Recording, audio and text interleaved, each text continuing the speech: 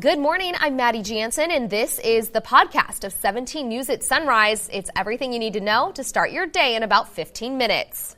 Working in the spirit of the Golden Empire, this is 17 News at Sunrise.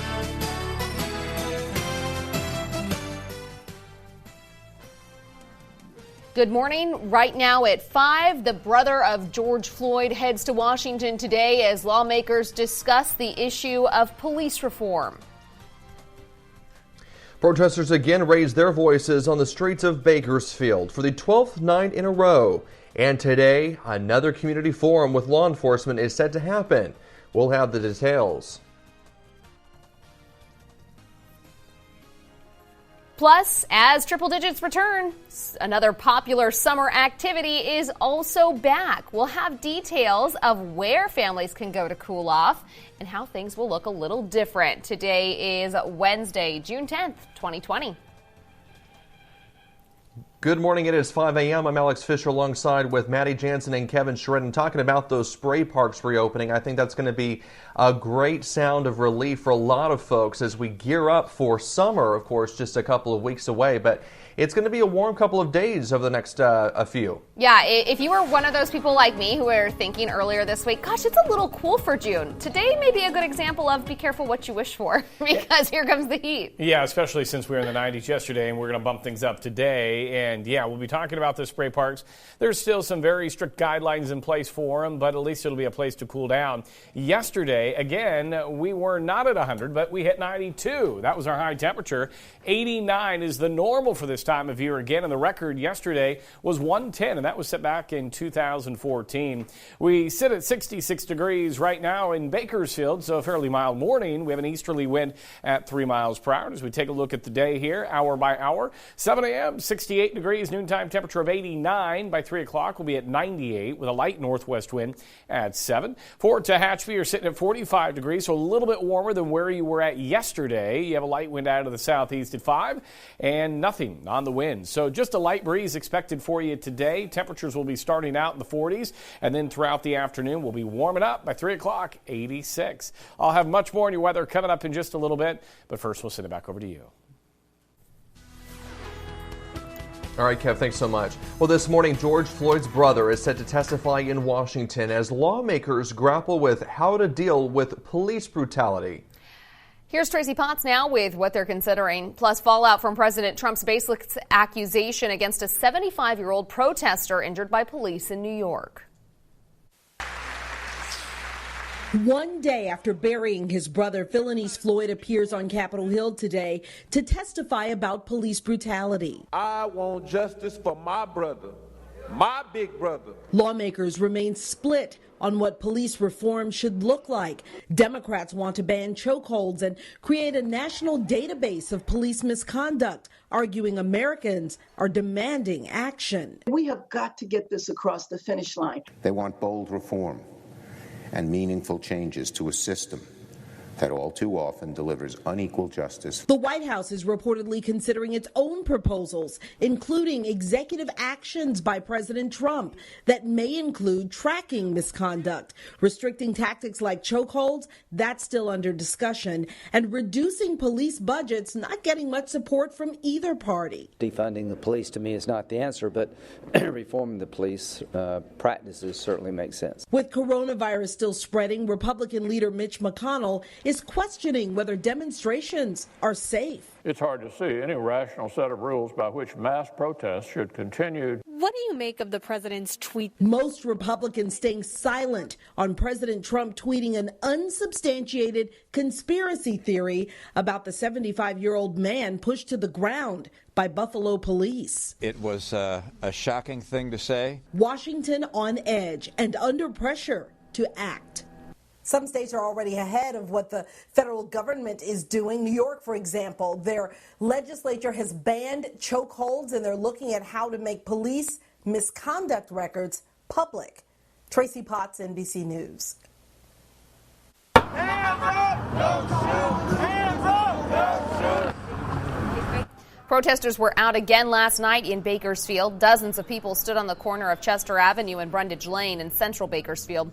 The group was there promoting the message that Black Lives Matter. They held signs calling for justice for George Floyd and for Robert Forbes, the protester who was hit by a car 1 week ago today on California Avenue and later died.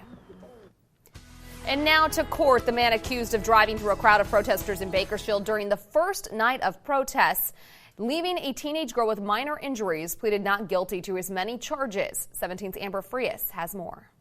Numerous cell phone videos captured the images you see here. A Toyota RAV4 driving through a crowd of protesters in downtown Bakersfield, striking a 15-year-old girl. Bakersfield police say 31-year-old Michael Tran is the driver you seen accelerating into a crowd of demonstrators last month on Truxton Avenue.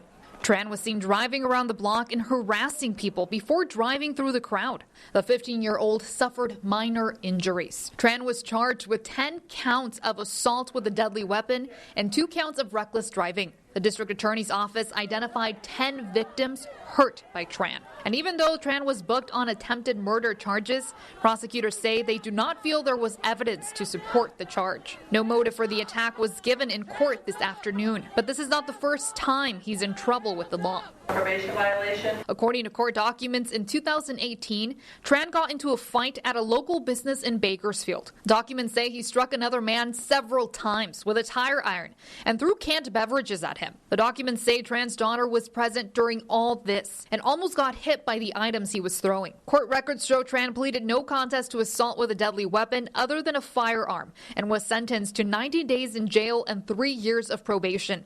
Charges of willful cruelty to a child, second-degree burglary, and battery on a person were dismissed. Amber Frias, 17 News. And Tran was appointed a public defender. He's due back in court July 16th for a pre-preliminary hearing.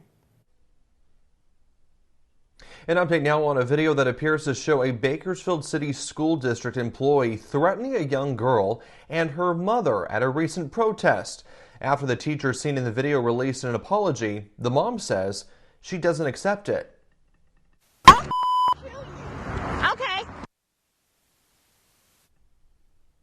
That's the clip that has gone viral and has been seen by millions of people online, filmed by Erica Bays. She says Maxwell began berating her and her daughter while they were leaving a Black Lives Matter protest in Northwest Bakersfield on Friday. Maxwell can be heard saying, quote, "I will kill you," but in her written apology, she says she never threatened the girl. Yesterday, Bays issued her own statement directly calling out Maxwell. Bays said in part, quote, "It does not appear you are sorry, only sorry that you were caught by the public." The letter mentions that everyone should be treated with dignity, compassion, and equality, and they deserve to live a life free of fear. And I agree. Me and my daughter should have been met with respect that day and not put into a hostile environment you created.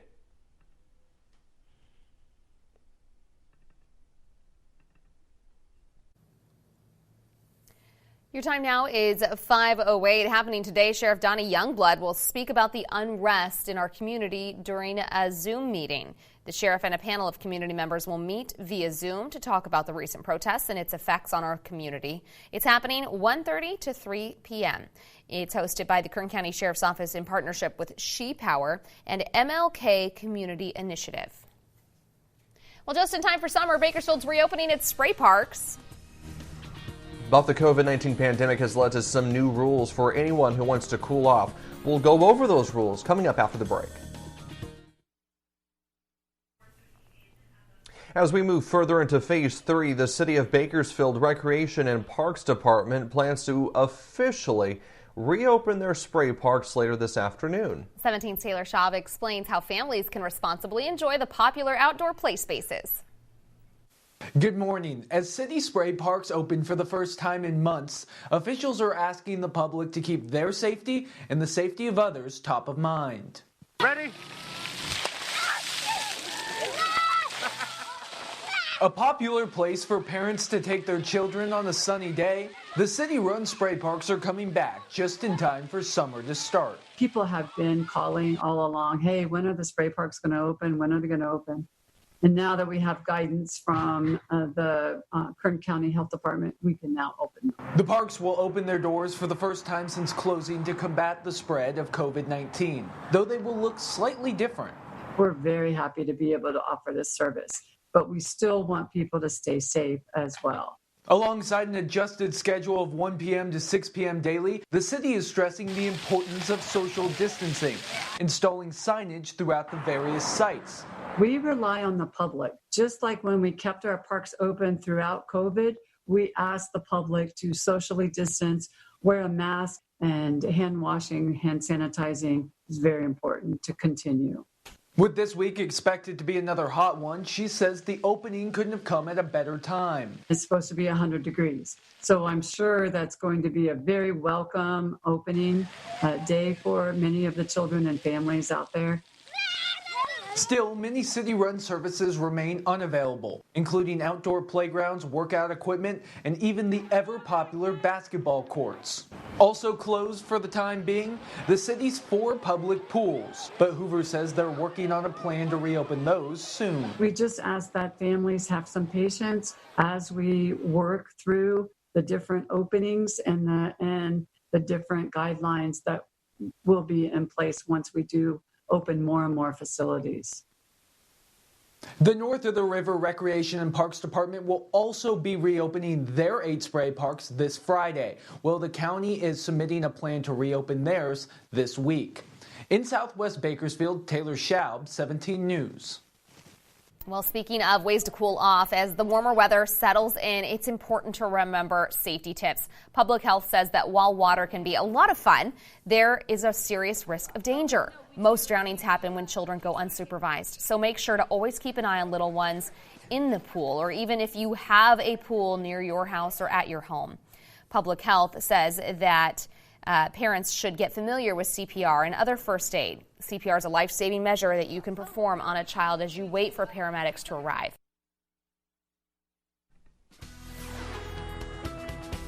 Welcome back. A frightening way to start the morning in Los Angeles. These are scenes from Bel Air after a brush fire broke out near the 405 freeway. The Los Angeles Fire Department says this fire started just after midnight. It has burned more than 50 acres, but fire crews have managed to stop its progress. This fire is burning in the same area as last year's Getty fire in the Sepulveda Pass. The Getty fire burned more than 700 acres of land and destroyed 10 homes before firefighters put it out in November. There have been other brush fires in Southern California over the past few days. Most are being fanned by a rare June Santa Ana wind event that we typically see in the fall. Troubling new signs about the coronavirus. In some states that reopened early, hospitalizations are up, and that doesn't include people who may have been infected in large group protests. More now from NBC's Gandhi Schwartz. Tonight, a dramatic rise in coronavirus hospitalizations in some states among the first to reopen. In Arizona, the state urging hospitals to keep emergency plans activated after seeing COVID-19 cases more than double. Health officials now saying 8 out of 10 hospital beds are being used and warning they could hit full hospital capacity in a matter of weeks. We broadly knew what would happen by reopening too early on May 15th because the virus is going to do what it does. And here we are. This may not be a spike. This may be the new normal until we get a vaccine. Texas seeing a record-breaking number of hospitalizations, even as the governor moves to reopen bars, restaurants, and amusement parks to 50% capacity. While in Georgia, the first state to reopen in April, is seeing cases, hospitalizations, and the number of deaths from COVID-19 on the decline. But none of those latest numbers take into consideration what effect large crowds and protests around the country are going to have on the spread of the virus. Today at the World Health Organization, a top health official walking back a statement made yesterday that it's very rare for people without symptoms to spread the disease. I think that's misunderstanding to state that asymptomatic transmission globally is very rare. While the data varies, one study estimates that as much as 44% of new cases were transmitted by people not yet showing symptoms. This message from WHO, I think, was just a bit of a disaster because it caused so much confusion. The bottom line is this. There are lots of people with infections who have no symptoms who are spreading the virus and getting other people infected. Today, Dr. Anthony Fauci telling a panel the pandemic that's devastated the world in 4 months is only just beginning. Gandhi Schwartz, NBC News. Here at home, Kern County Public Health confirmed 76 new COVID-19 cases yesterday, bringing the total cases in the county to nearly 2,900. 47 people have died. Nearly 1,900 have recovered from the virus. 865 remain isolated at home, and 63 people who contracted the virus are hospitalized. More than 30,000 tests have come back negative. More than 800 are still pending. We'll have another update from Public Health this morning at 10. A new rule in Arvin will make businesses ask customers to cover their faces if they plan to do any shopping.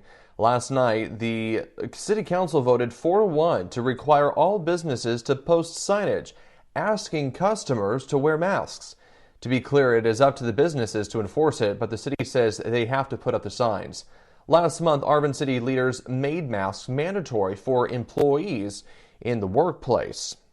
Looking ahead to tomorrow, the DMV will reopen all of its remaining field offices, but services will still be limited. The California DMV says employees will assist customers with current appointments, but they will limit transactions that require an in-person visit. You cannot get a behind-the-wheel driving test.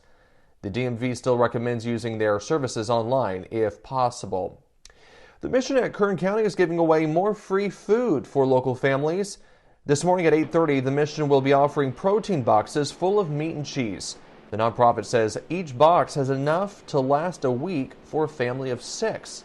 They receive the food from the USDA's Farm to Families program. Anyone who wants a package can go to the Mission's campus on East 21st Street. Again, that giveaway lasts from 8:30 a.m. until 10:30.